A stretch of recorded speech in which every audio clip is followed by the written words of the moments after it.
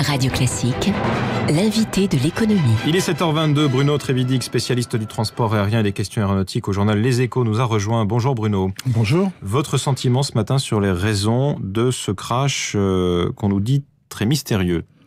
À ce stade, je peux que vous faire partager mes interrogations et ma consternation, puisqu'effectivement, il n'y a que des hypothèses, aucune explication, aucun début d'explication.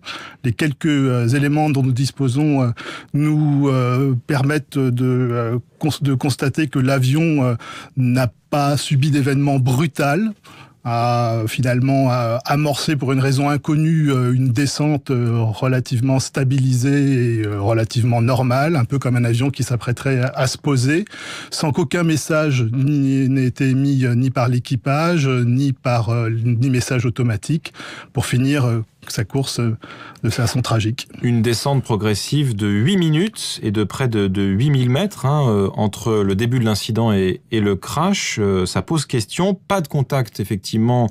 Les contrôleurs aériens ont tenté de contacter l'équipage. Aucune réponse. 8 minutes, c'est très long, ce qui accréditerait l'hypothèse d'une perte de connaissance de cet équipage. Oui, c'est l'hypoxie, c'est l'hypothèse qui revient le plus souvent ces derniers temps.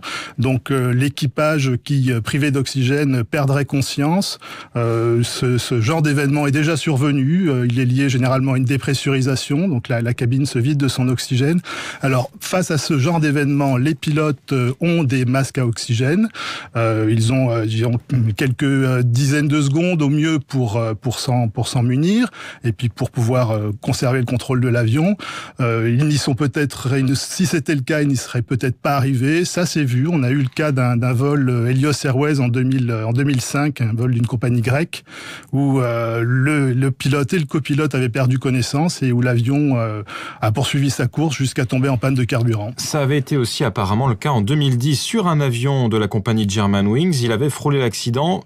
C'était un problème d'intoxication par des vapeurs d'essence qui avait entraîné une quasi-perte de connaissance de l'un des pilotes qui avait tout de même réussi à poser l'appareil in fine. Est-ce que ça pose la question de la fiabilité de l'appareil? On parle là d'un Airbus A320 âgé, je crois, de 25 ans tout de même. Alors, encore une fois, on ne peut faire que des hypothèses ou des spéculations. Bien sûr, la fiabilité de l'appareil sera mise en question. Ça va être le travail du bureau enquête-analyse, justement, de faire le tour de toutes ces hypothèses. Précise que c'est l'appareil, l'A320, c'est l'un des appareils qui est le plus répandu au monde aujourd'hui. Oui, tout à fait. Oui. C'est avec le 737 l'appareil le plus vendu et celui que vous avez le plus de chances d'emprunter. C'est un appareil extrêmement sûr qui effectue chaque jour des milliers et des milliers de vols sans problème. Donc, cet appareil avait effectivement 25 ans, ce qui est relativement important pour un avion d'une compagnie européenne.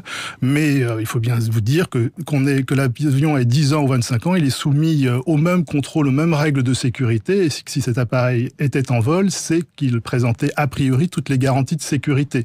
Alors, et ceci étant dit, il est évident que plus un appareil a vieilli, plus la structure a subi d'atterrissage, de décollage, etc., plus elle est susceptible de tout à coup subir une défaillance totalement imprévue. Ça s'est également vu par le passé, mais là encore, rien ne permet de l'affirmer aujourd'hui. Dépressurisation, donc, l'une des hypothèses envisagées, problème météo. On parlait aussi des sondes d'incidence avec Pierre Condon tout à l'heure dans le journal de 7 heures. Ces appareils qui servent à régler l'inclinaison de l'avion. Est-ce qu'elles auraient pu geler, comme ça s'est apparemment aussi produit par le passé? Ça s'est produit. Donc on a également vu ces sondes mises en cause dans l'événement dans le crash du Rio-Paris. C'est une possibilité, mais alors dans ce cas-là, et vu compte tenu de l'altitude à laquelle évoluait l'appareil, l'événement aurait théoriquement dû amener les pilotes à reprendre le contrôle de l'appareil en manuel et à rétablir la situation. Là encore, compte tenu de la régularité de la descente et de l'absence totale apparemment de changement de cap ou de réaction de l'équipage, cette hypothèse n'est pas la plus probable. Dans ce contexte d'éventuelle perte de connaissance de l'équipage, le fait d'avoir récupéré, même s'il faut parler au conditionnel, la boîte noire qui contient les l'enregistrement des conversations du cockpit. Est-ce que c'est très précieux pour comprendre les raisons de la catastrophe? Bien sûr, à condition que les données soient exploitables. On a vu par le passé des boîtes noires, des enregistreurs de vol, de données ou de voix être récupérés, mais ne pas pouvoir livrer leurs secrets.